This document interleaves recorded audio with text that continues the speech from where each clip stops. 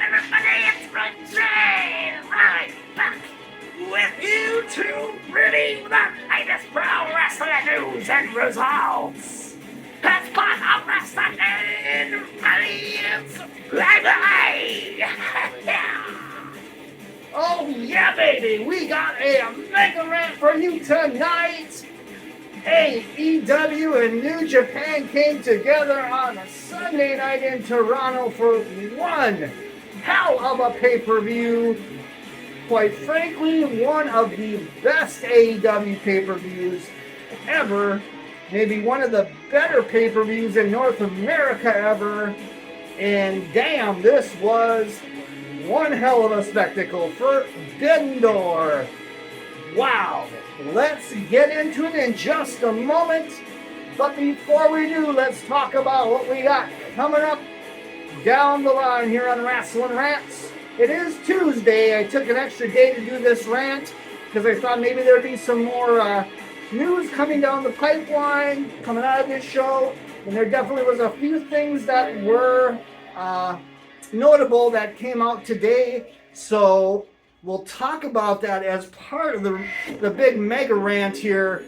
But first and foremost, because it's Tuesday, usually we do top 10 takes on a Tuesday. Well, we are going to take a break from that just for this week because next week is the mid-year kind of taking a look back at everything. And we're going to be doing a handful of special top 10 takes, to look back as we are now, as of July 1st, going to be about mid-year. So we're going to be taking a look back at the best matches of the mid-year 2023 so far, the best shows, events of 2023 so far. We're also going to be having a special top 10 takes on the top 10 moments in 2023 so far. This includes angles, this includes maybe returns, debuts, promos perhaps, things of that nature.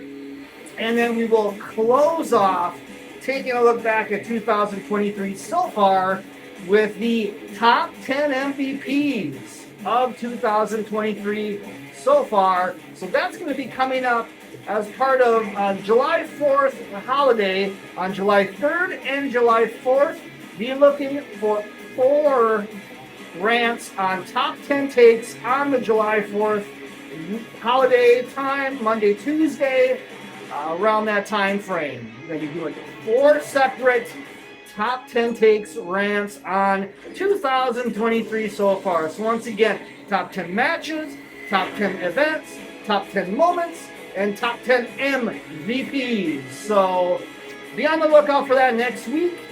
Also laying down the rest of the week here for y'all. On Wednesday, we're still going to be doing midweek must-see matches. Thursday, retrospective. Friday, versus Ring of Honor versus Impact. And then on the weekend, we're going to be doing a little lay in the rant down where we look back at industry news.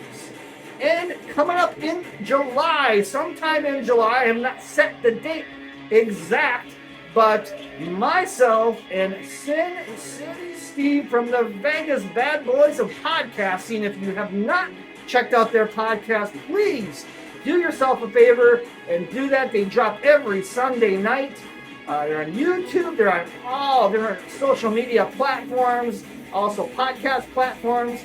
But check them out. They have a great show every Sunday night where they talk about the week in wrestling. They do a 3-count, which is the major stories in wrestling of the week. I was just on that with them over Collision weekend. So it would have been last weekend where I did a couple shots. I did a 3-count and I did the wrestling talk with Sin City Steve and Matt Michaels. So check that out if you haven't done it yet. That was my initial thoughts coming out of Collision. We did the show of literally the morning after Collision. So to roll back what I was saying, Sin City Steve and myself are going to be starting a new concept video every week. And this is going to be called Rewind, where we are going to not only take a look back at a specific wrestling show in the past, it'll be a watch-along scenario. We'll provide a link for the event to watch it along with us, and we will be doing commentary over the shows. Now, the first show's scheduled. This is going to be a long haul, folks. We are going to start from the beginning of Monday Nitro, and we are going to go from week to week on Monday Nitro, checking out all those shows. So that's the plan right now. I will update more when we get a concrete date set and a plan of action. We're probably thinking about on Saturdays of dropping Rewind. But more information coming down the pipeline when I know more about it. So, all the housekeeping out of order, we can move forward and talk about this awesome pay-per-view on Sunday night. AEW New Japan coming together for the second time for Forbidden Door. First and foremost, this was much better than last year's Forbidden Door. I was at Forbidden Door last year. If you see the poster behind the video screen, that was at the United Center in Chicago. Was there with my man City Steve. And honestly, I thought that was one of the better shows I have been to live ever. I put it in as, I believe, number 2 of the best AEW pay-per-views of all time as well. But let me tell you, this show just blew last year's Forbidden Door out of the frickin' water. This was an awesome pay-per-view from start to finish. Wow. Just multitude of great matches. And we are going to break it down right here, right now. So, first and foremost, like we always go into MEGARANT territory, we look at the numbers first and foremost from the event. An incredible sellout of 14,826 filled in Toronto at the, I believe it's called the Scotia Center or something along those lines. I'm not familiar with the title of the arena, but I think it's a bank branded the arena or something. Nova Scotia or Scotia Nova or whatever the fuck, it doesn't matter. They got a nice sellout for this one. There was some rumors online that there was a number from WrestleTix and Brandon Thurston of 13,631. AEW claims 14,826. It's a difference of about 1,200 people. I don't know where the difference comes in, but ultimately it was still a sellout. Around 14,000 paid. Hey, no problem. Big time crowd. They were big into this show. And also, an AEW record of all time was set. This won't last very long because All In has completely broken this out of the water already. But 1.2 million gate US dollars, currency in Canada 1.6 million. That at this point is an AEW record that beat out, I believe, last year's Double or Nothing event. But like I said, we're already on track for All In London to blow this out of the water because I think they have so far done 8.5 million gate for All In London. Wow. Estimated pay-per-view buy rate stuff. Tony Khan was noted in the media scrum that he was slightly above last year's Forbidden Door on his analytics side. Also, slightly above Double or Nothing this past year. So the numbers are looking good from a pay-per-view standpoint. Theater-wise, I actually saw the show in a movie theater this time around. Had a great time with it. One little issue I had was in an AMC theater, and apparently AMC runs off of a DirecTV satellite signal right from the location of the theater. Well, unfortunately, the first hour of the show, which was the 0-hour buy-in pre-show, a lot of that hour was unfortunately hampered by a bad storm that was coming through the area here in Minnesota, and because of that, we lost the signal in the movie theater. So that was kind of a bummer. But there was word is about 175 movie theaters that this was shown across the United States. Canada probably had some theaters as well. I had about 20-some people in attendance at the theater I was at. We'll see where the numbers stand with this. Probably know more about this later in the week. on what they did on a per screen average and things like that. We'll probably do an update on this weekend and laying around down when we get a little more of the numbers together for this event, but it's looking pretty promising all around. Let's get into some of the takes from the show. Besides the awesome matches, obviously, the one we got to talk about first and foremost was a perennial match of the year, candidate, perhaps match of the frickin' millennium. Kenny Omega and Will Ospreay once again throwing down. I've watched the match twice now, and I do think this match was better than the match at Wrestle Kingdom, which was already a 5-star match. This somehow eclipsed it. This was something else. And obviously, what about the main event? Kazuchika Okada against Bryan Danielson. What a tremendous physically enduring match this ended up being, because Bryan Danielson, not only he thought he fractured his forearm at one point, well, the word came out today via a tweet by Danielson's wife, Rebella, that there was a full break of his forearm.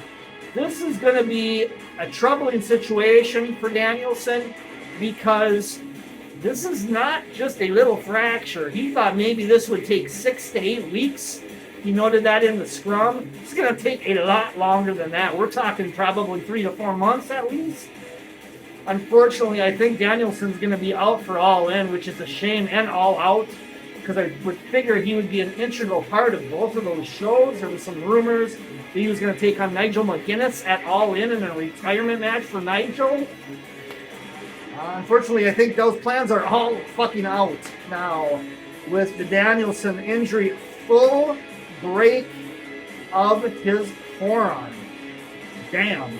Another note before we get into the matches themselves, Adam Cole come down with some major flu. I don't know, maybe it was even COVID, I don't know. But he was very sick going into the show. His match scheduled with Filthy Tom Lawler was canceled. However, Tom Lawler was in the building, and they did give Tom Lawler an opportunity to have a match. It was a dark match before the pre-show started, which we're going to get into in a moment as well. Another big thing to note from the behind-the-scenes standpoint, there was some conjecture going into this event, how things were going to go in the back between CM Punk, the Elite, and the Young Bucks, Kenny Omega, and Page. Well, they all were on the show, and there was apparently no interaction. The word from the back is that they literally put Punk on one side of the back stage, over by one side of the locker rooms, and the Elite were on the absolute opposite side. Now, when I hear this news, I tend to think that maybe, just maybe, we are now in worked territory with the Elite and CM Punk issue.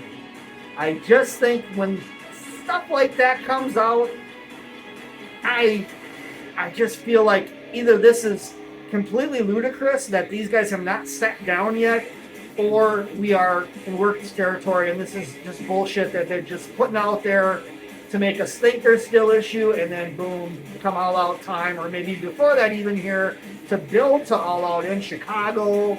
Maybe we get some kind of indications that these guys are going to work together. On that note, All Out was announced finally on this show, set for Chicago, Labor Day weekend. Once again, I will be going to these shows. Bet your bottom dollar on that. They have announced that All Out will no longer be at the Now Arena. It is now set for the United Center on the day before Labor Day. The Saturday before Labor Day, or the night before All Out, is also going to be at the United Center for Collision. And then rolling back to Dynamite 3 days prior to that, they announced that it will be a homecoming of sorts back at the Now Arena in Hoffman Estates, Illinois. That is the original location of All In, the original location of All Out. So they will be having the Dynamite taping from the Now Arena. That's about it for the main takes from the show. The announcers, another thing on to note, great stuff. Kevin Kelly and Excalibur were the core group that sat through the entire event. Chris Charlton joined them from New Japan on the pre-show. And then on the main card, Taz was involved for approximately about half of the show. And then Tony Schiavone joined for the other half. I thought Kelly and Excalibur particularly bounced off well back and forth. So I do wonder if this may be a regular thing on upcoming AEW pay-per-views, because Kelly is now officially an AEW announcer as well. So I guess time will tell, but let's hope so, because I thought the announcing was top-notch on this program. All right, let's get into all the matches and my thoughts, star ratings, match times. First and foremost, there was a dark match that was not televised. That was Filthy Tom Lawler, who, like I said, didn't have that match with Adam Cole on the pay-per-view. And I think it was a good thing that that match didn't happen, because, boy, this was a 4-hour pay-per-view without that match being included.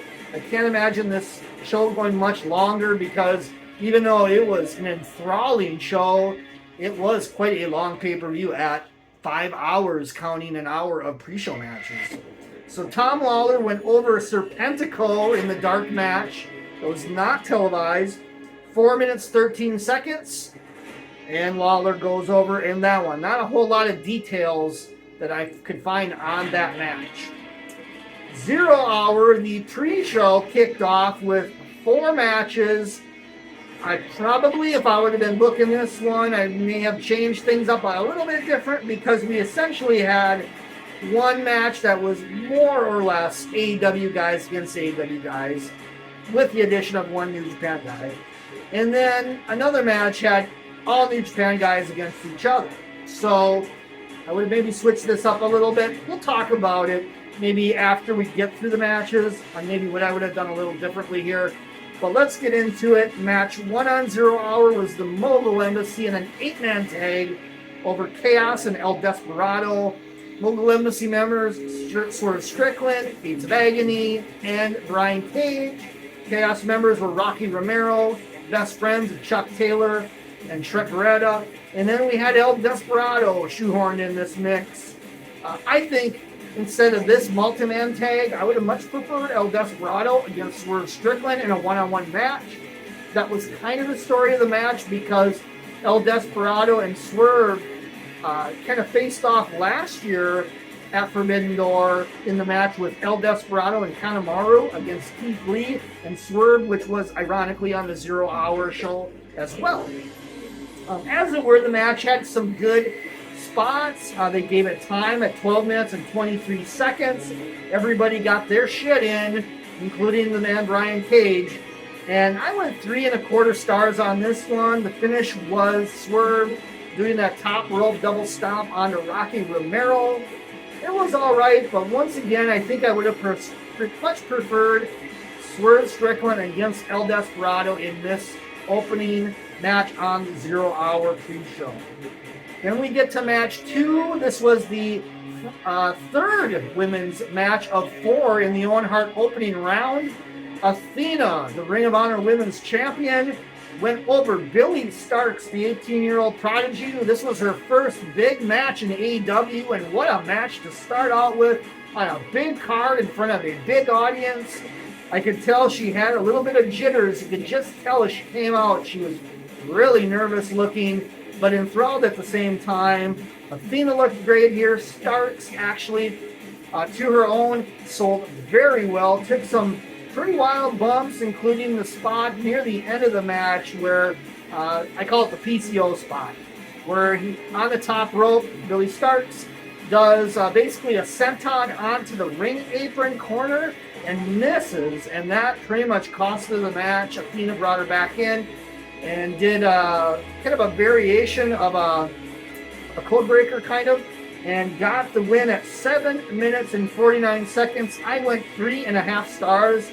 I actually thought both of these women worked pretty hard in this one, and I feel like this was the best match on the pre-show. Match number 3, El Phantasmo over Stu Grayson, 7 minutes 14 seconds.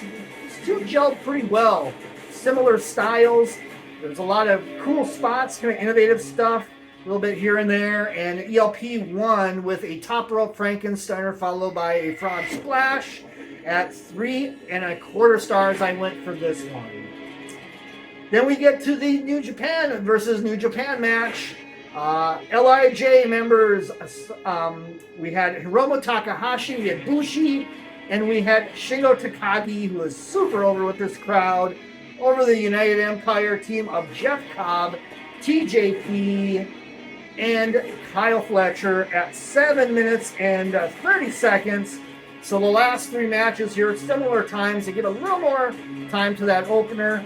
I went 3 stars on this one. It's a match I've seen time and time again in New Japan, so nothing out of the ordinary here. My personal feelings on this is I feel like they should have, like I said, went with Swerve and El Desperado on that opening match, and then this match could have become probably like a 4-way tag match. LIJ, or actually a six-man, a 4-way sit. I don't know how you'd call this. I guess you'd call it a 12-man tag 4-way, where we could have had LIJ against United Empire, against the Ring of Honor tag champs, the Mogul Embassy members, Brian Cage and the Gates of Agony, and Chaos. I don't know. I just thought to spice it up, that would have made a little more sense. Would have been a little bit funner having some AEW and New Japan interaction in this match a little bit. But hey, it is what it is. This match, I went 3 stars on at 7 minutes and 30 seconds of time. Shingo got the win with the last of the Dragon. I think it was made in Japan, actually, on TJP. So that was it for the pre-show. Let's get into the main card opening on Forbidden Door, the AEW World Championship match. MJF over Hiroshi Tanahashi at 15 minutes and 46 seconds. Tanahashi looked a lot better than I thought he would. There wasn't a whole lot of buttons and whistles in this one. There was some stalling at times, things like that. But I thought it was okay. But boy, Tanahashi, oh boy, he needs some time off for sure to lick his wounds. I went 3.25 stars on this one. MJF won, and he cheated to win with the diamond ring, and basically knocked out Tanahashi at that point. Match number 2, I liked this match. This was the first match on the card that really seemed a little bit elevated and a really high-end, next level wrestling here. CM Punk in the Owen Hart opening round over Satoshi Kojima, 13 minutes 40 seconds of a physical match, including a spot where Kojima does a top rope elbow straight into CM Punk's nuts unintentionally. Yow! And this was a 4.25 star match as far as I was concerned. I just thought these two worked really hard. The first match back for Punk in a singles match, this was phenomenal stuff. Punk won with the go to sleep, and that was about it. But man, what a fantastic match here at 4.25 stars. Match number 3 was pretty damn good too. This was the International Championship match. Orange Cassidy over Katsuyori Shibata, Daniel Garcia, and Zack Sabre Jr. Cassidy went over Garcia in the finish. 11 minutes, 15 seconds. I went 4 stars, and I think taking Garcia out of this match, I think we're going to see a triple threat. The question is, for whose title will it be? I guess we'll find out down the road, as they were definitely teasing a triple threat rematch coming out of this one. Match number 4, IWGP World Championship. Sonata over Jungle Boy Jack Perry. I went 3 stars on this one, 10 minutes, 49 seconds. There was not a lot of meat to this bone. The crowd was not really into Sonata. They weren't really into Jungle Boy. The crowd was probably at their most lowest for this match. Frankly, they just didn't super click, and there wasn't a lot of time to it. All this was about was a backdrop for the heel turn of Jack Perry turning on Hook after the match out of nowhere. We kind of saw it coming on Rampage. There was some teasing of heel stuff with Jungle Boy. So I'm glad they did the turn. This is a weird pay-per-view to do it. I thought maybe they'd save it for a Dynamite or something like that, but they just went to it right away after the finish. And obviously we're going to see Jungle Boy and Hook for the FTR title. Taz threw a fit at this point as well. He was pissed off. He left the announce desk to check on Hook. He did not return. So nice little touch to the storyline there with that. I wonder if Taz may be managing Hook in this match against Jungle Boy as well. Then we get to match number 5, which was another fucking barn burner at 4.5 stars. 10-man tag. The Elite, Adam Page, Young Bucks, from Kingston, Tomohiro Ishii, from New Japan, over the BCC members, Jon Moxley, Wheeler Yuta, Claudio Castagnoli. Takeshita was in this match as well, and Shota Umino. Damn, this was wild. There was some great stuff with Takeshita and Ishii, which makes me hope to see a match between those two. I mean, frankly, I think Takeshita should go on excursion to New Japan and have some matches over there. He just really came off really well in this match. Shota Umino kind of was lost in the mix of everything, unfortunately, but there was some really good stuff with Kingston and Claudio, Kingston and Moxley, the Bucks and BCC, Adam. I mean, everybody looked pretty damn good here. And surprise finish as well. Ishii getting the pin on Yuta.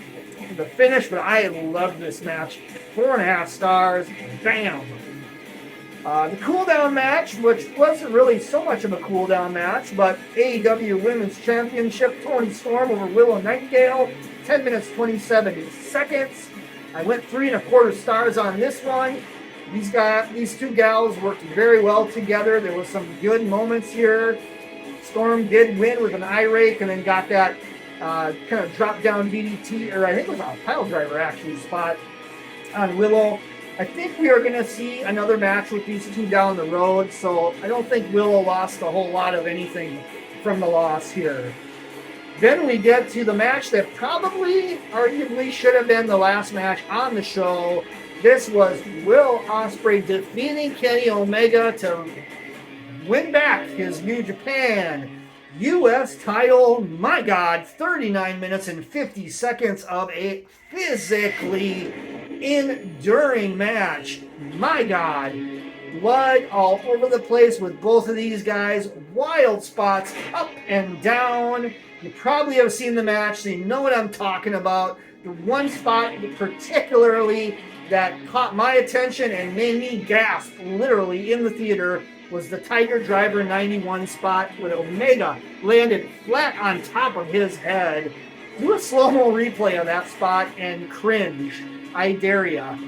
Lots of great near falls at the end here. The only issue I had with this match was the Don Callis thing where he got kicked out by the ref. He came back and the ref didn't do shit. He even allowed him to basically interfere in the match. I did not like that part of the match.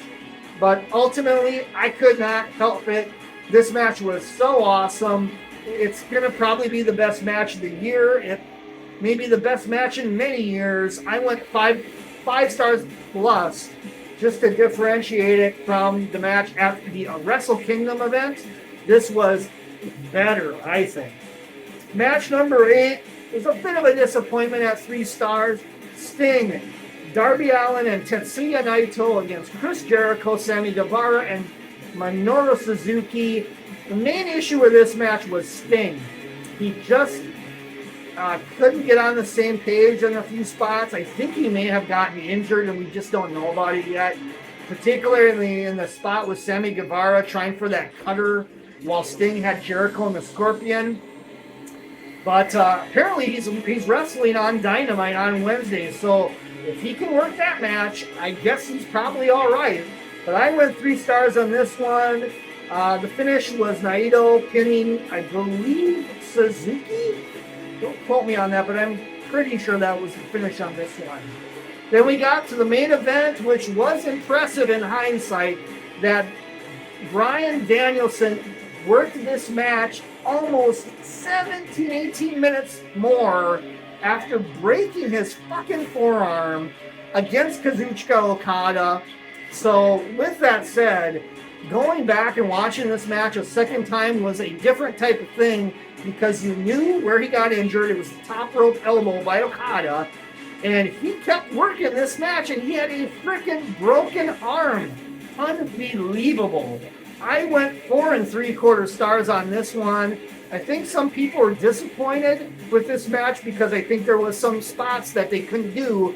But I think the way that Danielson still worked through this match, despite having the arm injury, and incorporated it still with submission spots, and submitted Okada for the finish.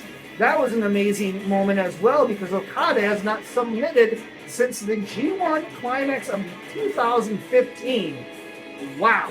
What a wild end to this wild pay-per-view. I go A+ all the way for this one. Wow. Wow, wow, wow. That's all you can say about Forbidden Door 2023.